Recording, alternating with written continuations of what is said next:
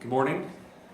My name is Jeffrey Locke, and our event today, entitled Innovation, Catch-up, and Leapfrogging, Policy Implications for Emerging Economies, serves as the perfect backdrop for the last class of Professor Calestous Juma's course on Innovation for Global Development. This course has focused on the phenomena of technological catch-up and leapfrogging, and we're fortunate to have our concluding class today serve to launch a new book on the same subject area by Professor Keun Lee. We are excited to be joined this morning not only by Professor Lee, but by Professor F.M. Scherer. Dr. Lee is Professor of Economics at Seoul National University and is Director at the Center for Economic Catch-up. He received his PhD in Economics from the University of California, Berkeley, and serves as the editor of the Research Policy Journal of Economics. He also serves on the Committee for Development Policy at the UN. We're also joined by Dr. F.M. Scherer, who is the Aetna Professor Emeritus here at the Kennedy School. He received his MBA from Harvard's Business School and his PhD in Business Economics from Harvard as well. He was the second president of the International Schumpeter Society, and his research specialties in industrial economics and technological change have spurred numerous publications, with book titles that include Industrial Market Structure and Economic Performance, International High Technology Competition, and Innovation and Growth, Schumpeterian Perspectives. To lead the discussion, I'd like to now welcome the Kennedy School's Professor of the Practice of International Development, Calestous Juma. Thank you. Let us first of all give Jeff a big hand for being really an excellent course assistant, and also I would like to thank you all for a wonderful 3 months. We've spent a really good and productive time together, so I want to thank you all for just being so dynamic and active and committing yourselves to this topic for a good 3 months. So please.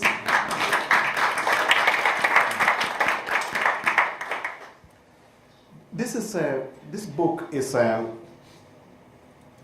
very positive book. It conveys an interesting message that latecomers can catch up, and even those who have fallen behind can also catch up. And I wanted to find out from you, Professor Scherer, whether this argument holds historically, whether there are any examples, historical examples that really validate this interesting hypothesis, because it's counterintuitive in that if you're a latecomer, you're a latecomer. Why would you actually be able to catch up? Well, there are many examples in history of catch-up, and I'm sure we'll talk about some of them with Professor Lee. Let me just offer one that is not so expected. The United States of America. When we became a separate nation in 1789, we were 90% agricultural and had very little manufacturing industry. In 1791, the Secretary of Treasury, Alexander Hamilton, wrote a very famous, nobody's read it, but it's a very famous report on the subject of manufactures. Adam Smith has said the United States, the colonies, should remain agricultural. They should stay out of manufacturing. Hamilton said that can't be. We've got to become a manufacturer. Advocated a whole series of policies to which we may come back later, but we caught up, and indeed by the end of the 19th century had become the leading manufacturing enterprise nation in the world. So there's an example, but there are many others. The various Asian tigers, Taiwan, Hong Kong, Singapore, of course, Korea, and now China, which was the most technologically advanced nation in the world in the first millennium after Christ, but fell behind and now is catching up. And so there are many, many examples. They're countless. Professor Lee, what inspired you to write the book? Okay. Actually, let me start from the what is mean by catching up. Catching up means trying to close the gap between yourself and following countries or companies. And actually, the record of catching up is not that common in history. In other words, we see only that's happening in East Asia, in particular Korea, Taiwan, whereas countries in Latin America is kind of falling behind. So I thought, why this catching up success is rare? And I tried to spell that out, the kind of main recipe for the successful catching up. That's the main motivation in my book. And I found that although the word catching up is kind of imitating or emulation, but to be successful in catching up, you got to take a different path. If you just keep following the same path of incumbent countries or foreign countries, you're always behind the foreign countries.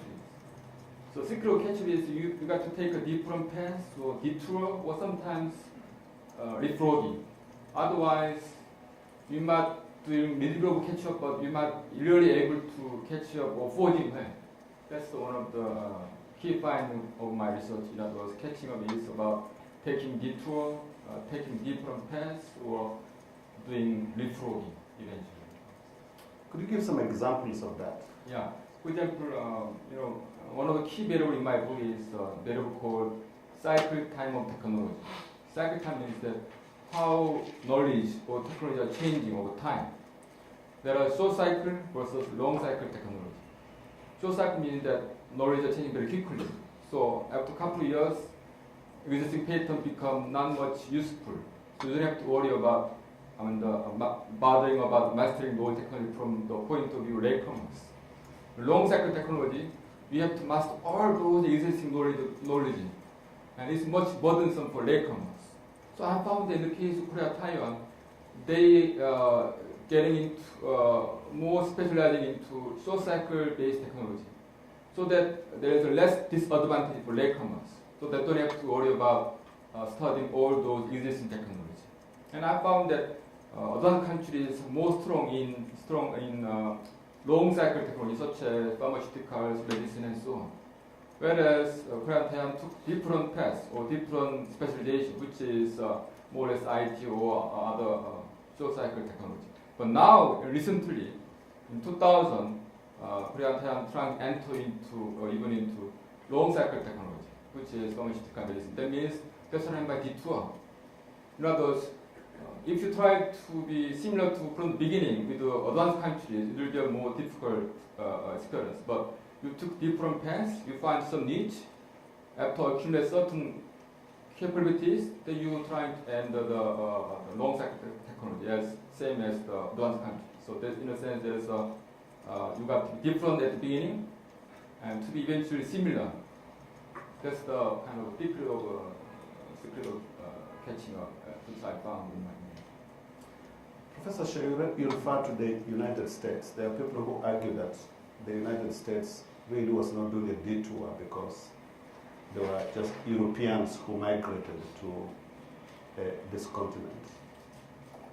Are there any lessons there one can draw for countries that are not made up of European immigrants? Well, it is true that much of our technology in the beginning of the 19th century was done by European immigrants, first or second generation, but one could equally well develop technology from the other centers in the world. Take Israel, which is one of the most technologically advanced nations in the world. They benefited enormously from the emigration of Russians, especially when emigration was eased up, and that they poured into Israel and helped form the center of many high-tech industries. In Israel, for example, Intel has one of its lead microprocessor design shops. These were not done by Europeans, these were not done by Americans, they were done by Russians and Israelis. There's one example. I think many can be found, and there are so many places in Asia now that can spread their technology across other nations of Asia and Africa. China is beginning to transplant technology into various nations in Africa. Professor Lee, are there any kind of key lessons arising from your book that really differentiate those who have been able to catch up and those who have tried and didn't? Actually, although we emphasized detour or leapfrogging, at the beginning, we start from more traditional learning. In other words, you learn from doing the OEM, the assembly arrangement with the foreign companies, or you're learning by working in foreign direct investment companies, or you're learning doing kind of export-oriented but low-wage-based manufacturing. But that's the beginning. But many countries fall into something called middle-income trap. If you just keep doing that, at some point you got to move beyond that, and that part is not easy. And that differentiates more successful and less successful later countries. And then one of the reasons that you go to beyond the doing just low wage based manufacturing is that eventually your wage rate will increase along with your success. And some other countries offering low wage rate than yourself to attract foreign direct investment. That's something we call adding up trouble. In other words, many different countries trying to compete each other by offering low wage rate. So some guys should go beyond the stages, and that require innovation. When you do that, you can go into higher end segment of industry, or you can go into upgrading. That happened in Korea late 1980s. Before that, Korea was same with other later countries just doing apparel and clothing and so on. But from mid-80s, we keep emphasizing innovation R&D, and we did a lot of public-private joint R&D to move, to break into high-end segment industry, also move into new industry. So I call it a double process. In other words, upgrading in the same industry from low-end to high-end, also keep moving into new emerging industries. So another way to say this is there is intra-sectoral diversification, upgrading, also intersectoral diversification and upgrading. And both should happen. And that happened in Korea, Taiwan, in some like Israel and others, but in other countries it didn't happen. So they are staying in something called middle-income trap. And this is very key issues from point of view World Bank, IMF. They found that why many countries are stuck in middle-income trap. Middle-income trap means that your per capita income compared to US level is around 20 to 30%. And there are many countries in the region. From long-term historical comparison, World Bank found that although they keep growing, they're still under 30% level US, because US is keep growing too. So catching means chasing moving target. Even if you grow some certain percentage, if your target country grow faster, then you never close again. So you have to learn faster than your target countries. That's why catching up. That's why catching is more difficult. Professor Scherer, you've written extensively on the role of research and development. How essential is this in the catch-up process? And what advice would you give to small emerging nations that don't have large financial resources to allocate to research and development? Well, research and development is certainly essential, but let me just point out that there are very, very different modes by which one can move to the technological frontier. Consider the four leading Asian tiger nations of, say, a decade ago: South Korea, Taiwan, Singapore, and Hong Kong. All are highly advanced technologically, but if you look at their technological absorption patterns, they are completely different.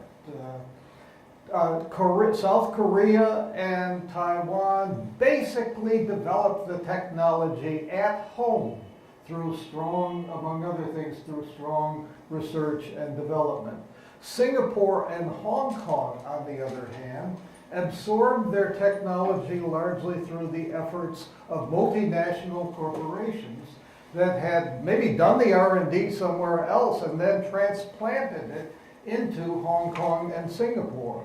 The most striking evidence of this is from a Kennedy School PhD dissertation by Istiak Mahmood, M-A-H-M-O-O-D, late 1990s.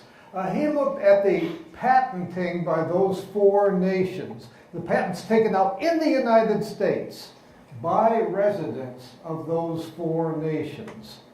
And I don't remember the exact numbers, but South Korea, 99% of those patents originated from people who were resident organizations that were indigenous to South Korea.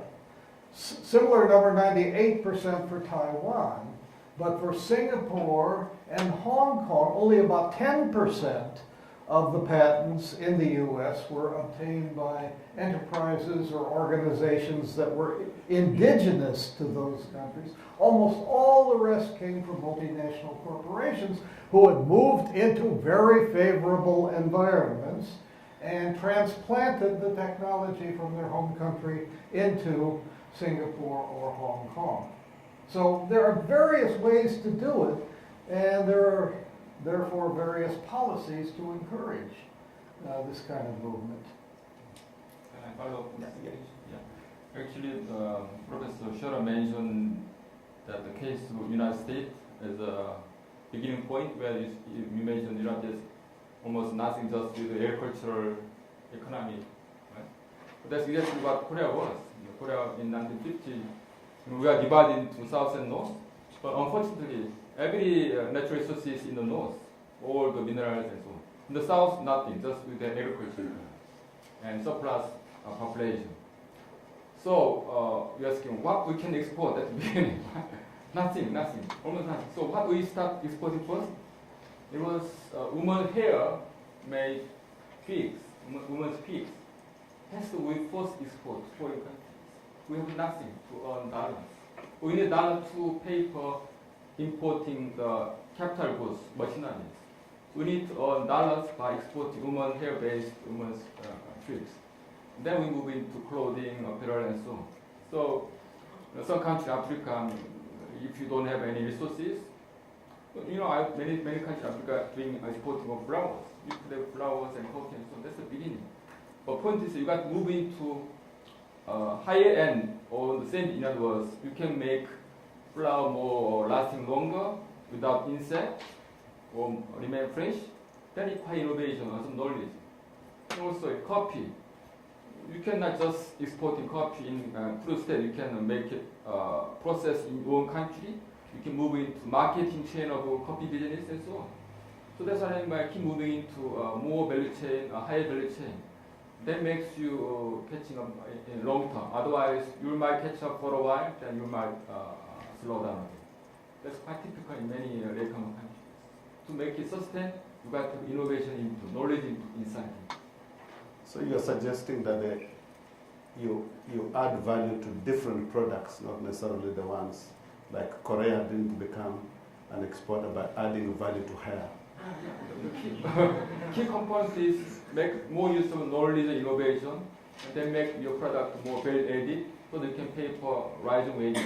But in Africa, in many countries are doing flowers exporting. They're comparing each other. That's called adding a problem. It was started by Kenya, but followed by Ethiopia and neighboring countries. So to make the flower more different or differentiate, you got to do something else, something more than just exporting flower itself. Well, that's part of it, but just to get up to equality with the leading technological nations is a very important step along the way. And Professor Lee has chosen, I think, an ideal subject coming from Korea. Let me give an example. I think this is the most dramatic technology transfer case known to me from 50 years studying this phenomenon. The development of a steel industry in Korea, which occurred under the first President Park, General Park, the Pohang Steelworks. Korea had absolutely no technological capability in steel. They also didn't have iron ore. And so the first Pohang Steelworks was what they call a turnkey operation. Japanese engineers came in, they planned the steelworks, they developed the designs, they put out specifications for the equipment, they supervised the construction and did all that. And this was all done by Japanese firms. But here was the key difference, where Korea was distinguished from many, many other nations, and that is for every Japanese engineer assigned to the Pohang project, Pohang Steel assigned a shadow Korean engineer, constantly asking, why did you do it that way? Why didn't you do it this other way? Why is it this way? Why is it not that way? Where do you get these machines? Where do you get these materials? At what temperature must you operate? And by constantly questioning, for the second stage of the Pohang Steelworks, the Pohang people themselves could take over the construction of the additions. For the third stage, they were totally free of reliance on foreign engineering. They absorbed technology from the rest of the world like a Hoover vacuum cleaner. And actually, Japan was very similar when it made its big move to become one of the world's leading steel makers in the 1950s and 1960s. I remember a British Steel Corporation executive telling me about a meeting of the International Iron and Steel Association in Brussels in the 1950s. And they had a technical session at 8 o'clock in the morning. Everybody was jet lagged. Everybody was sitting there half asleep. Suddenly 3 Japanese engineers walked in, and the whole room electrified because the Japanese were writing down everything that the speaker said. And this is the way they moved to the technological frontier. And by the 1960s, they had actually pulled ahead of the technological frontier and had the most advanced steel industry in the world, causing a lot of trouble for the United States. In this case, Pohang is very interesting case because that signifies Korea's moving away from high-end long cycle sectors such as apparel, clothing into medium cycle technology such as steel and capital-intensive sectors. Then later moving into shorter cycle, which is IT.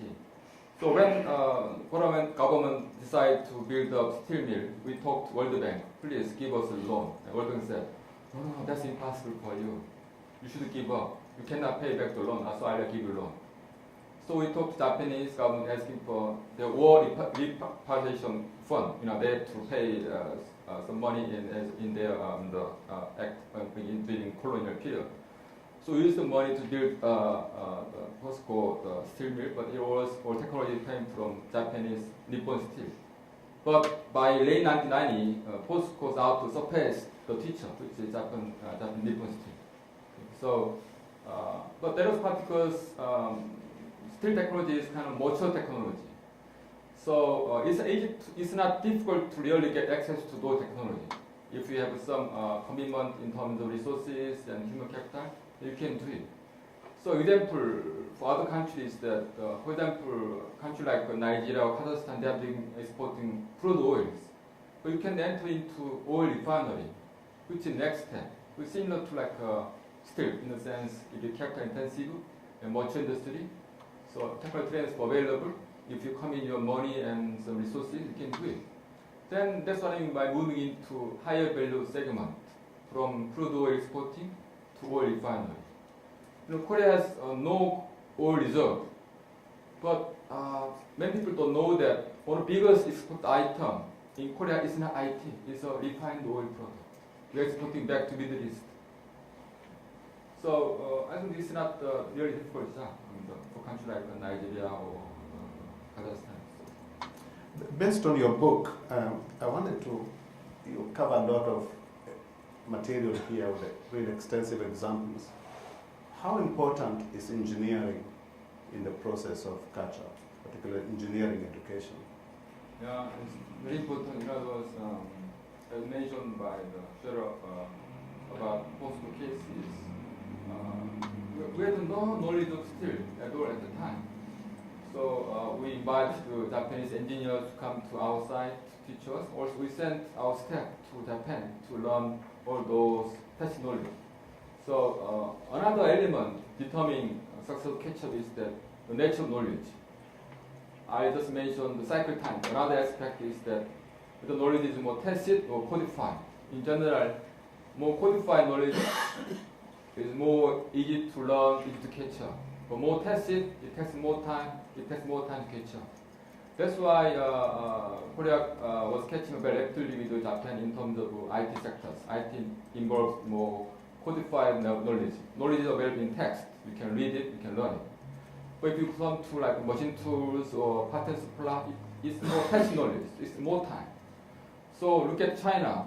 Which sector China catching up very fast is IT. Look at Huawei. Huawei is like a Chinese version of Samsung. And it is already catching up very quickly because IT involves more codified knowledge, so it's more easy to learn, master, and so it takes less time to catch up. So there are some regularities in patterns of catching up. And knowledge of sector determines the speed and successability of the success or failure chance of the catching up.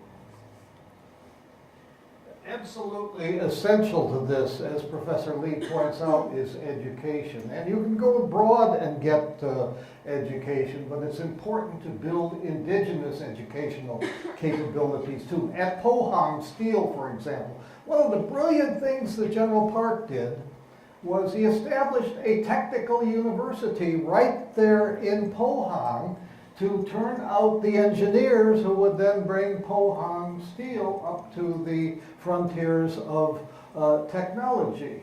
And it's very important, too, to have a solid primary and secondary education system. Korea is known, we Americans are envious, Korea is known to have one of the best primary and secondary educational systems in the world. Another one that's right up there at the top is Finland. And on the basis of its very well-educated population, Finland, which was once a sleepy Nordic country, mining raw materials and the like, was able to move into fields like cell phone communications with Nokia. They've had trouble lately. But they were number one in the world for a while on the basis of a strong primary and secondary education system complemented by strong technical universities. I think on the point of education, this is a good transition to get our students to ask questions. So I will ask Jeff to pass the mic. Please just keep it really short. Can I have one comment before this? Yes, please. Regarding cost of this education, human capital, I found that the catching requires three elements. One is the private motivation, incentives, and public policy, and arranging access to foreign knowledge or learning. And this last element involves many types of channels. You can start from going to school and working in like foreign investment companies, and getting technology by licensing agreement, and also doing joint ventures, also setting up your R&D outposts in foreign countries. Korea set up many R&D centers in Silicon Valley and New Jersey to observe knowledge available in those advanced countries. And these many channels of access knowledge is quite critical. If you did just trying to alone, it takes too much time, you might fail. You got to have arranged access to foreign knowledge. That's the way to speed up your process of catching. That's very critical. One question per customer, please. Hi, thank you for the panel. My question is, Professor Lee mentioned that you have to pick a certain niche in order to launch that leapfrogging kind of policy. What is the criteria to pick that niche, and what is the minimum ecosystem required to nourish such leapfrogging policies? Thank you. So leapfrogging sounds like fine, but it's very risky business because you jump into emerging technology, which is new to everybody. So arranging access to knowledge is it's not easy. So leapfrogging, first of all, is you cannot do it every time. In other words, best time to try leapfrogging is when there is a change in paradigm or change in technology, or when there is a radical innovation happens. That's when we call it time for Windows opportunity opening. I mean, new Windows opening. In a sense that when there is a new paradigm emerges, everybody starting in same start line. Regardless whether you are latecomers or whether you are advanced countries, we are trying to learn new ideas, new technology. So in that sense, it's kind of fair. The businesses. So that's the one condition for try leapfrogging strategy. In other words, time for shift of knowledge or paradigm. Then another thing is that you got to arrange public-private joint consortium collaboration. If you try to do it public-private alone, it's involved too much risk, too much money, and so on. And by doing public-private joint effort, you can share knowledge, share risk, share fun. So, for example, when Korea entered digital TV, at the time, the Japanese invented first in the world high-definition TV, but based on analog technology. So Japanese said, okay, I'll give you transfer the technology if you follow my standard. So Korea thought that Korea know that there was emergence of digitally based high-definition TV. So Korea thought, why not try this one rather than just following Japanese one? But there's this really emerging knowledge, so there's nowhere to learn. So we set up kind of R&D outpost in New Jersey. Also, one Korean company called LG acquired minor share of Genius. Genius is the leading company in the digital TV broadcasting technology based in New Jersey. That's where you started to arrange access. So we formed the public-private joint R&D consortium, and we watched and follow closely what's going on in advanced countries in terms of evolution of digital technology. The once standard in digital TV broadcasting was decided, we quickly move into making product based on new technology. And when I interviewed some people in LG and Samsung, if there was no government-private consortium, private company cannot maintain such risk business for many years. Maybe they'll try a couple of years and give up because no prospect of making money immediately. So they will give up in a couple of years. But because government backed, they were able to keep the project inside company for at least 10 years. So that indicated that to try leapfrogging, you got already several, as mentioned, ecosystem involving public-private joint consortium. Actually, those through consortium, people from pure public labs, universities, private company work together. They saw that they learned a lot each other. And usually the front knowledge is residing in the mind of the professor who just came from United States. And then knowledge was shared to private sectors, engineers, and scientists.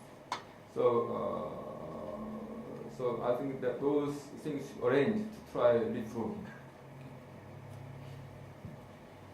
Good morning, professors. So consider there is a poor country which has limited resources, and they're trying to write a plan for technological leapfrogging. Now there are plethora of technologies. Some are really matured, like iron, steel, oil refinery, and pharmaceuticals, versus some emerging technologies like you have these 3D technology, 3D printing, and all. So given the fact that they have limited resources, where would you want to channelize your energies into? Or would you want to go ahead on the emerging side or stick on the more stabilized technologies? Do you have a particular country in mind? You can just name it. No, I do not have any countries. Okay. Well, I take it. Mike, why don't you go after that question? Okay, I take it you're from India. Yes. Well, let's take India. Okay, you mentioned pharmaceuticals. India has one of the world's most dynamic pharmaceutical industries. How did it happen? India began specializing in the production of generic pharmaceuticals up until 1979. Italy was the leading provider of generic pharmaceuticals to the world. It had in the northern part of Italy, they had a whole cluster of very good companies providing generic pharmaceuticals. Italy had no patents for pharmaceuticals, so the Italian generic firms could absorb the technology from other parts of the world, the original product technology, absorb it, develop processes, and be the first mover for generic drugs around the world. Then Italy passed a patent law. From that time on, pharmaceuticals could be patented. The Italian companies lost their comparative advantage. India took its place. India had no patents at that time. They do now. India had no patents for new pharmaceuticals. The Indian firms, therefore, could imitate. They became process innovators. They developed the most advanced manufacturing processes and continue to be the leading generic suppliers in the world. Now India has a patent system, and now some of the Indian firms are moving into the development of first-generation pharmaceuticals. So you need the right legal structure, and you need to watch for the opportunities. That's a simple summary. Professor Lee, suppose you are a small country. I don't know much about that, but let me extend my thought about case India, because another success case for India is IT service. You know, IT service is another example of leapfrogging, because usually country go into service sector after they fully getting strong in manufacturing. In other words, after reach certain share of manufacturing in your GDP, then you move into IT service or in general service. In that cases, without really some mass of manufacturing, India just jumped to IT services. So India kind of leapfrog into service without going through full development of manufacturing sectors. And IT service is very interesting because it requires the capital expenditure. In this sense, its entry barrier is lower. If you have some knowledge, you can do it. So I think answering to your question, IT service is one possible choice for the other latecomers without much resources, but have some knowledge. The workforce with some knowledge and consumer capital, such as like Ethiopia. Ethiopia is English speaking, about 90 million population. And if India keep moving into high value chain in that service, then there will be some room left. Then other countries can enter from the low value chain in IT services. Okay. So that's another example of a country like without much resources can try that. How about very small countries? To succeed, pick a very small technology that is underserved in the world.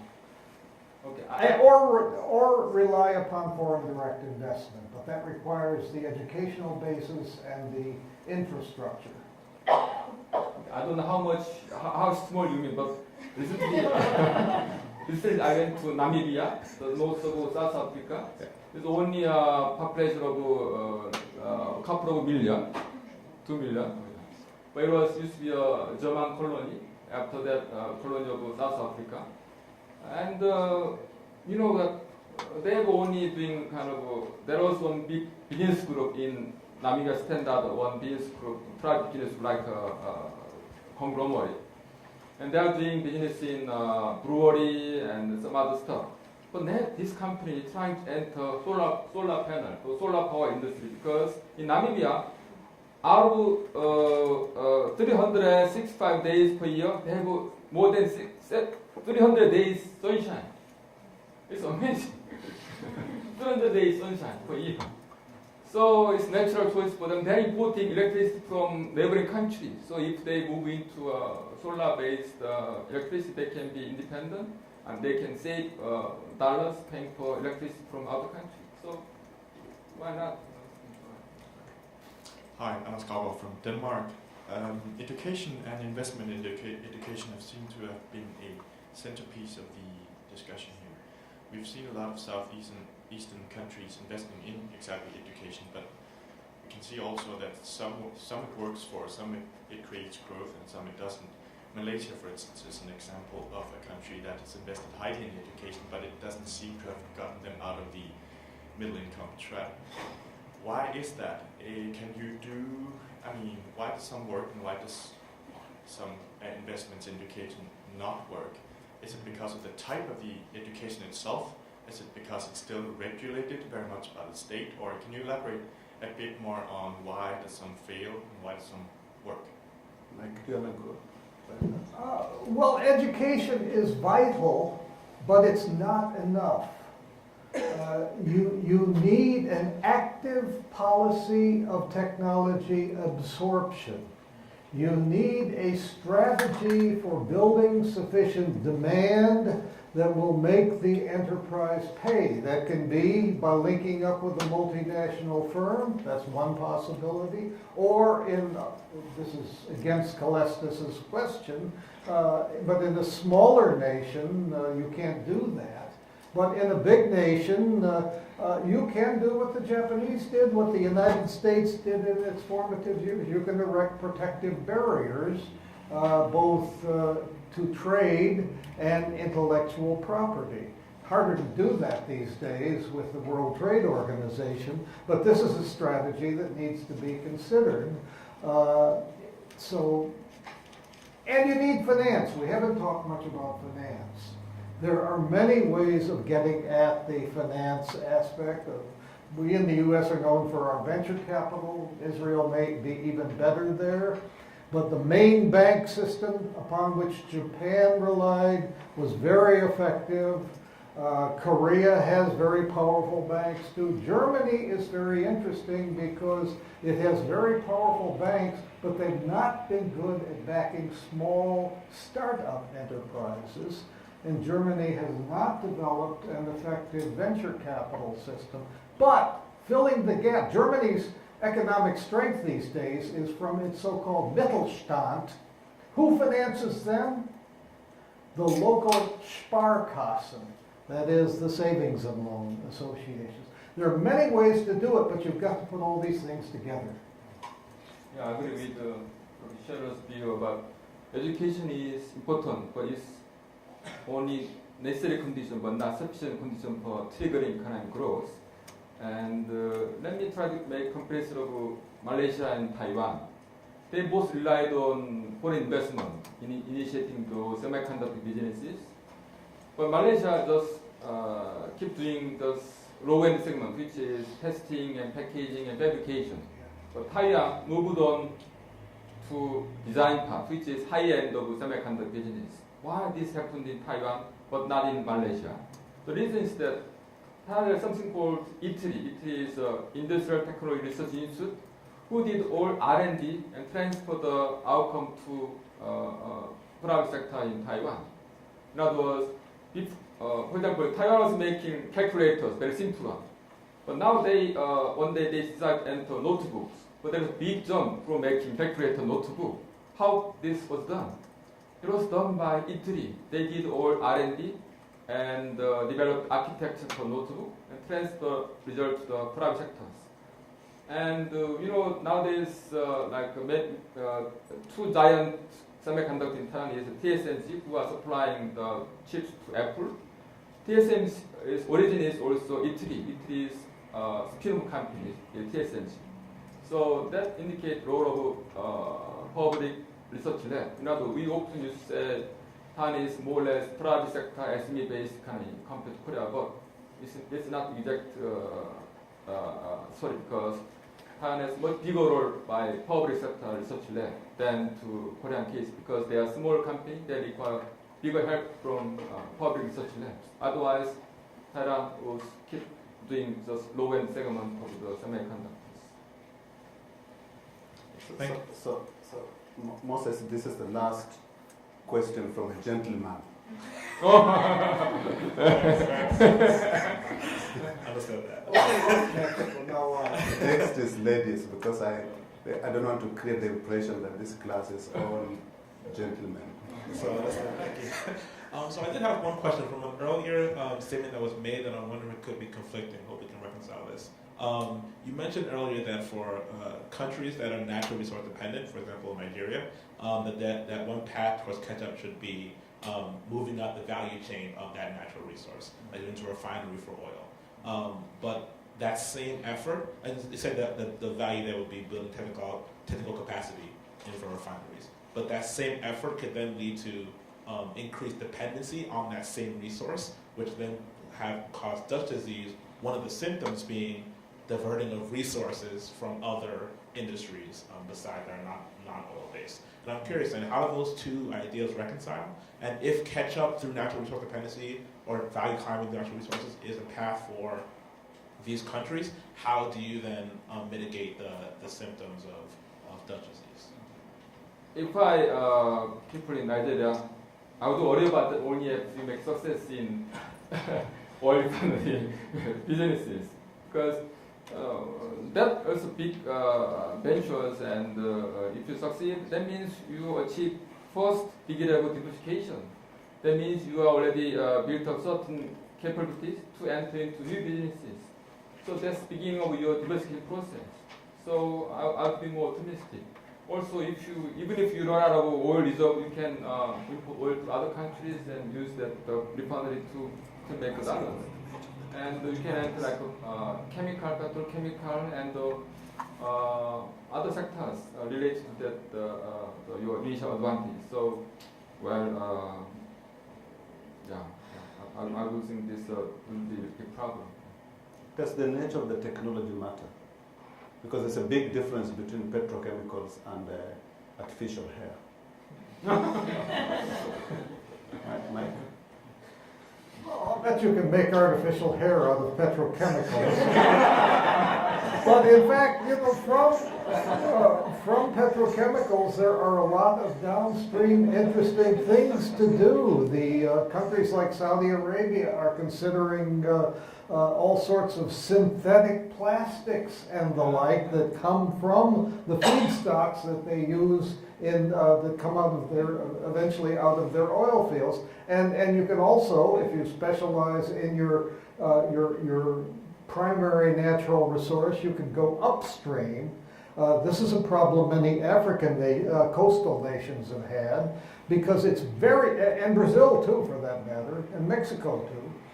It's very difficult to tap these offshore resources. You've got to absorb the technological capability to go out there and drill in 2 or 3 miles depth to exploit the rest of your petroleum reserves. So you can have advanced technologies that are related to your natural endowment, but you can also find fields in which one can specialize.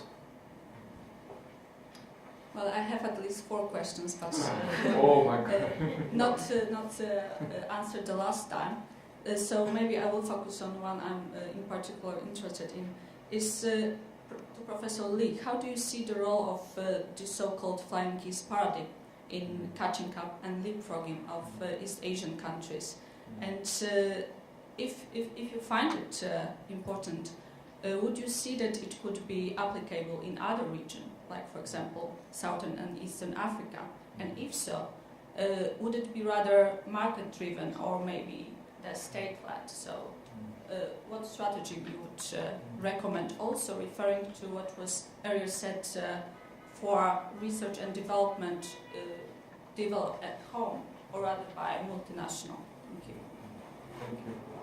Yeah, this word flying geese pattern has been very famous word to describe process kind of development in East Asia. In other words, Japan was leader in this flying geese.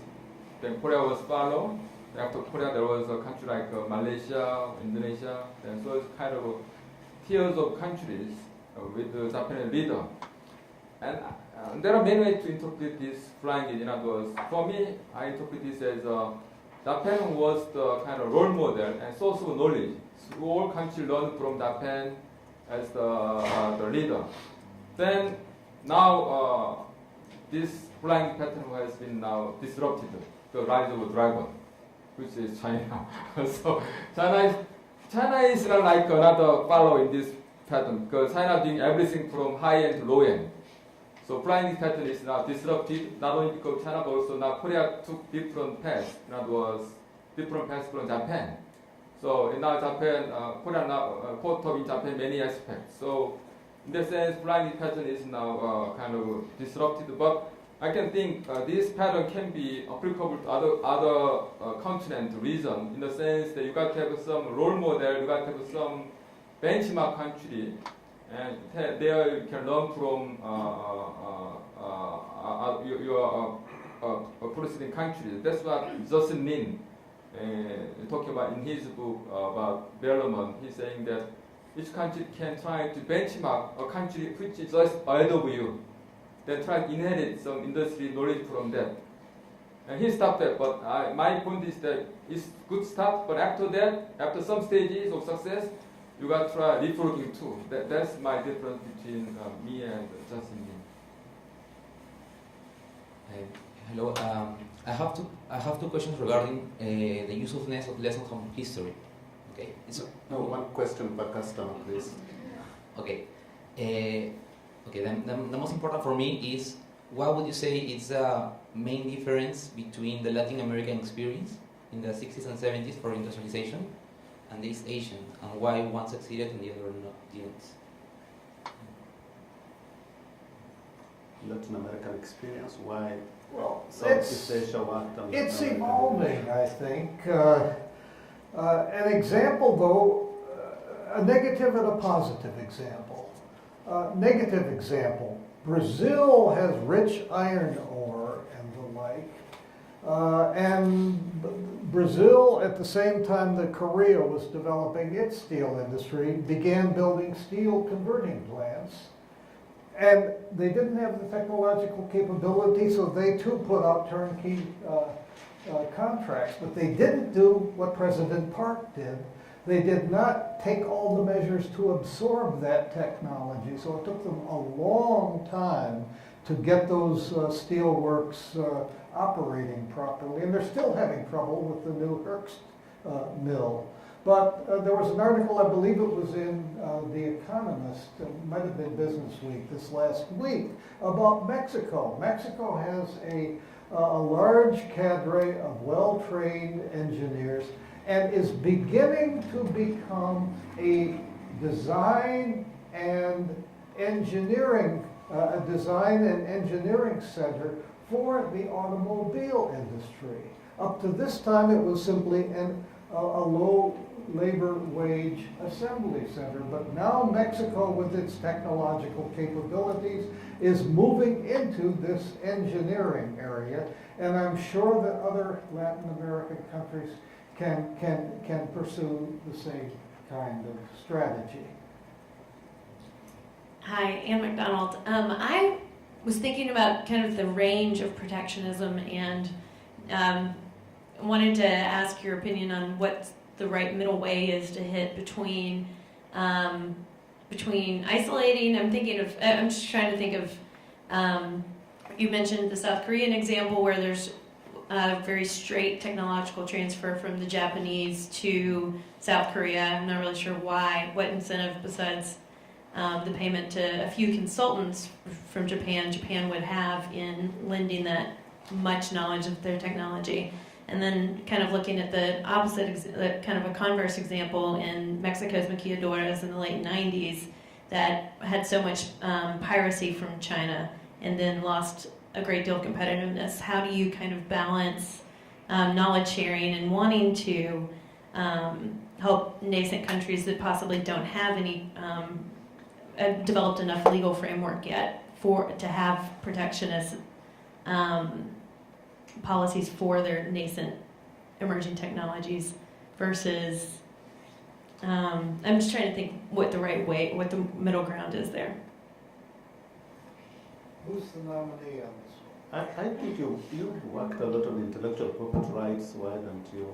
Yeah, this is answer a really tough question. If you're a big country with big demand, you can protect yourself and cater to your internal market, absorb the technology, and then exploit it first internally. When you've reached the state of the art, then you export. If you're a small country, you do not have that luxury, and therefore you, I think, got to do either of two things. You've got to pick a niche where you can be very good and develop that niche. It won't help to protect much, because if your market is really small, you've got to export. You can do that, or you can rely on a multinational. Now, intellectual property strategies do make a good deal of difference here. Take Japan, for example, in its early post-World War II development period. One of the policies, two policies it's stringently enforced.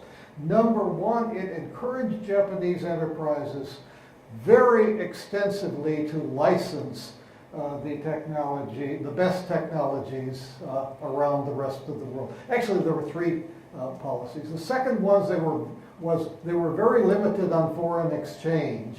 So Texas Instruments would say, okay, you can license this technology, and we're going to charge you $100 million. And they'd go to the finance ministry and say, we need $100 million. We don't have $100 million. Offer them $25 million, that we can do. So they'd go back and say, we can't get the money. We'll offer you $25 for this technology. Texas Instruments would say yes. Lenin got it right. The capitalists will supply the rope with which they are hanged. And the third thing that Japan did very cleverly in its competition policies was, okay, you take a license from Texas Instruments, and Texas Instruments says, if you make any improvement inventions, we want an exclusive grant back of any patent rights you get on those improvement inventions. The Japanese First Finance Ministry and then the Japanese Fair Trade Commission said, no exclusive grant back provisions. And that was sort of the subterranean secrets of the Japanese technological absorption success. Schumpeter has always been accused of being a closet Marxist, but I never thought Lenin would be mentioned in a place like this. Let's have a last question, and then you can answer both of them, and then we can wrap up. Yes. Hi, Professor Lee. Thank you for your lecture. One of the consequences of catching up and leapfrogging in many countries has been concentration of wealth and the aggravation of socioeconomic inequalities. Could you speak a little bit more examples of countries that did the opposite, that could catch up and have a decrease of socioeconomic inequalities? Thank you. Okay, so somehow we tend to have some perception that high growth will lead to more inequality, but I don't think that's really the case, because in Korean cases, also in Taiwan, interesting aspect of high growth is that high growth come together with high better equality. In other words, we had initially rising Gini coefficient to inequality up to early 70s, but after that, rapid growth pushed wage rate grow further. So wage rate tended to grow and grow, and overall from early 70s to late 1990s, with more or less decreasing Gini coefficient. So we have a equalizing growth. And so my point is that if growth really sustained for several decades, it will push a wage rate and it will help equality. In many countries in Africa, growth never happened for many decades. So they often see that growth will bring in inequality. But I don't think that's not the early cases. If growth stops, most hurted people will be those marginal classes will hurt first. So in Korea, Gini coefficient went up. When we have a crisis, 1997 Asian crisis, growth slowed down and minus, then inequality increased. So growth is basic necessary condition for having generate resources for distribution of wealth. On that note, I think I would like just to invite you all to do two things. One is I've never seen a good thing I never promoted, so please do go buy this book. And secondly, please join me in thanking our